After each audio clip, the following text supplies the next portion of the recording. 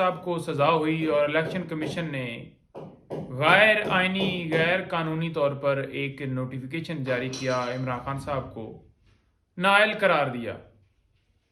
ہم نے اسلام آباد ہائی کورٹ میں جو درخواست دائر کی، عمران خان صاحب کی سزا تو سسپینڈ ہو گئی، یہ جو درخواست تھی یہ اس آرڈر کو سسپینڈ کرنے کے حوالے سے دائر کی گئی تھی کہ اگر وہ آرڈر سسپینڈ ہوتا ہے تو ڈسکوالیفیکیشن والا جو معاملہ ہے وہ ختم ہو جانا ہے۔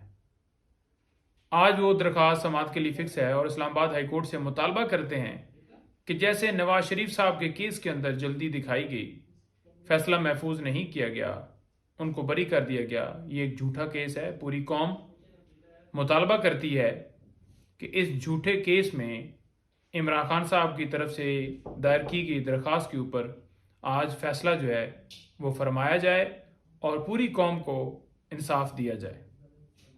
نمبر 2، توہین الیکشن کمیشن۔ آج اس کیس کی بھی سماعت تھی الیکشن کمیشن میں۔ پہلی بات تو بتاتا جاؤں کہ الیکشن کمیشن جو ہے وہ کمیشن ہے، وہ عدالت نہیں ہے، توہین عدالت کی کارروائی کر ہی نہیں سکتا۔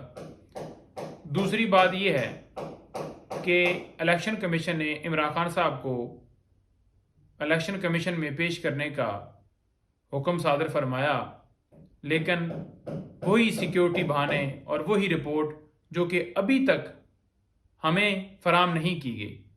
آج بھی اس رپورٹ کے حوالے سے جب بات ہوئی تو الیکشن کمیشن کو بتایا گیا اور یہ استدعا کی گئی کہ اس رپورٹ کی کاپی جو ہے ہمیں بھی فراہم کر دی جائے۔